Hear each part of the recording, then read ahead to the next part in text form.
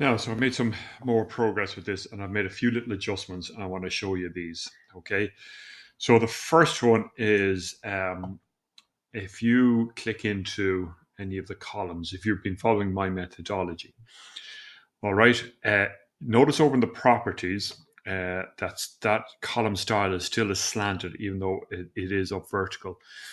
So the only vertical ones are these six at the very front here. But we did copy and brought these, we straightened it up, we brought these across, but they still maintain the parameter style of that. But we can change that. Look, if I hit the drop down box beside this, you can see I can change that into a vertical column. So particularly when you've put these ones in, because again, these columns and bases were copies of this one here. So that's slanted, carried right across. All right. So wherever I find that slanted, I change it to vertical. Now I would change it to vertical first before you go adjusting the height of these here, because I had a few little problems with that as well. So again, wherever it says slanted, you can change it to vertical and so on. All right. So that's just keeping things correct. Um, and again, so you can see my pattern here again. So I concentrate on this area here, and those columns just go up to the underside of the first floor, which actually is the roof over and uh, in our green area here. And again, you can see my pattern here, my logic that I'm using there. Okay, so I put in beams in between those as well. Now I've got a platform for my roof slab to go on there, CLT roof slab. You can see now that's so slanted columns, change them to vertical. That's important here. Um, I've also I want to show you the pier here. I've made a couple little changes to the pier. If you went to edit type here, you can see that I've made the width 1800 by the footing of 450 thickness. Okay, so just select that, right click, go select all in the entire project, and then change it to 1818 by 450. All right, so that brings that into regular sizes there. Now you can see then that I ran my wall, and I'll just give you a look at that. So this is just a cast in place concrete structural wall, 300 thick. All right, okay with that. And underneath that, I put a foundation. So I just ran the foundations through, and it is a this is a structural foundation, so it's slightly different. It's got a toe and a heel, so that's 450 to the left of the center line, 450 to the right of the center line. So it was, you can make it 300 and 600, whatever else. I've split it evenly, but I've also made the foundation thickness to be 450 here as well. And I should really rename that to 900 by 450.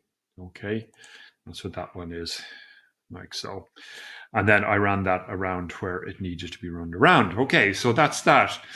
Now you can see that I'm getting this kind of set up for my flooring, my ground flooring, and it depends what type of flooring you're going to use here.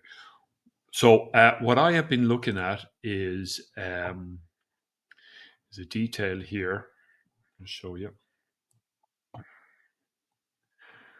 Okay, is this detail here?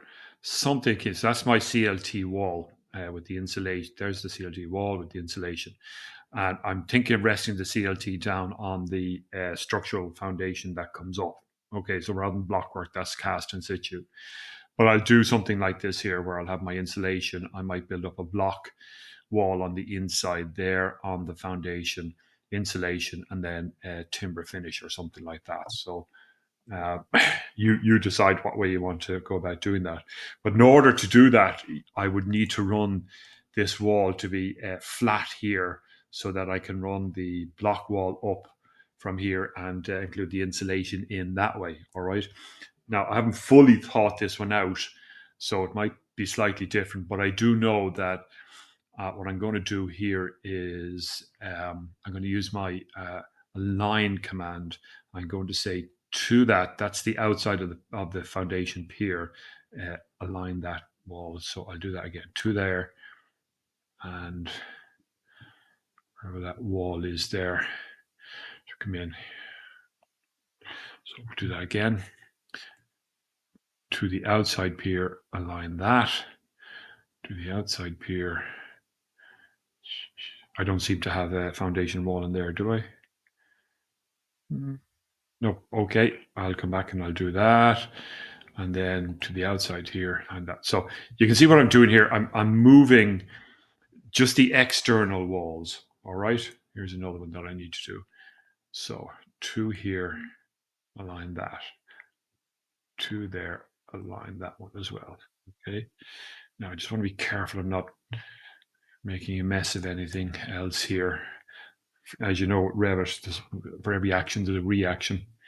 So what I want is the external walls lining up with the face here, and that'll help with the detail that I'm creating. So I've not done it there as yet, but I will do that. Okay, so that's that. So I've changed those from slanted to vertical. I've shown you my foundation. Look, its top offset is minus 225, which is that distance off of that there, right?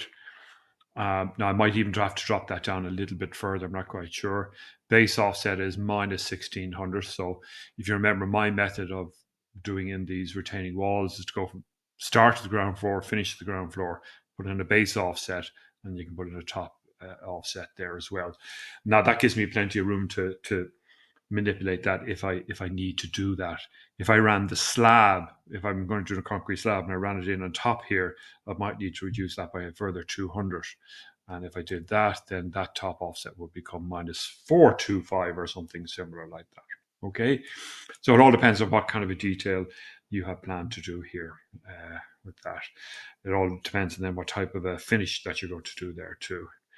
Um, yeah, there's an interesting spot there. That might need a column in under there as well. So you're going to spot these things and you're going to take care of them.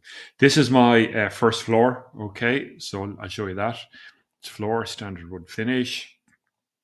And I've created a CLT floor material. It's 200 thick. Okay, and then I ran it through here and I just I split the sketch lines, if you like, just to get that line in there to show that these are panels that walk through. You can also see as well that I brought them around the columns in that as well. Do a little section through there. This is what you see. Okay, so there's my CLT floor sitting on top of the beam here, and then I'll probably put in a raised access floor on top of that there. Haven't fully decided what I'm going to do in terms of floor here, whether I go for concrete or timber or whatever. Probably go for concrete. There's how my roof is working. Okay, so that's I'll just show you that basic warm roof with sink on top. Here's the structure of that one. So I've got sink, an EPDM membrane, 150 rigid insulation, vapor retarder, some type of a sheathing, and then I've got a joist zone, okay, into which I've got my joists already set up. And if I zoom in there, that's them there. Okay, so that's the basis of my roof here. So that is kind of the basis of the structure there. You know, we've got these wraparound pergolas on this end as well. We look at them in the architectural model rather than the structure, maybe. I don't know. I haven't fully decided on that either as yet. But you can see now that's kind of. I'm starting to think based on what. Yeah, so it's a little bit of a repetition there. Not sure why that ended up there. I must have copied that across or something. Um, and so you can see that the thinking that's happening here. So I'm thinking about that detail, and I specifically asked you to work that one out beforehand so that you can approach it. It might change. That's absolutely acceptable. What's happening here? What's happening there? Okay, so I think I'm going to run CLT on the front, in front of these here, something like that. I might run CLT in front of those or in between those. That might do the trick, in between those there. And then run the finishing up on the outside. So I've got a nice flat surface the whole way down there on the outside to run that. Okay, so again, this is best done with the three of you sitting down, somebody doing the modeling maybe, and somebody else kind of sketching out as to where the correct position of these things should be, and that type of thing. And that's how it'll come pretty quickly. So to finish that off, what I would do is I'll put in maybe slabs, the structural slabs for the roof here, if they're going to be CLTs again or something like that. Remember to get my falls. I might do the falls with the insulation or a screed or something on those lines. Finish off that floor there. Put in this kind of roof here, and and that's kind of the structural model kind of done. All right. So that's your primary and secondary elements in there, and I hope that will help you along in terms of whatever your strategies might be, and some little Revit techniques there in order to help you along to create the structural model as such. Okay.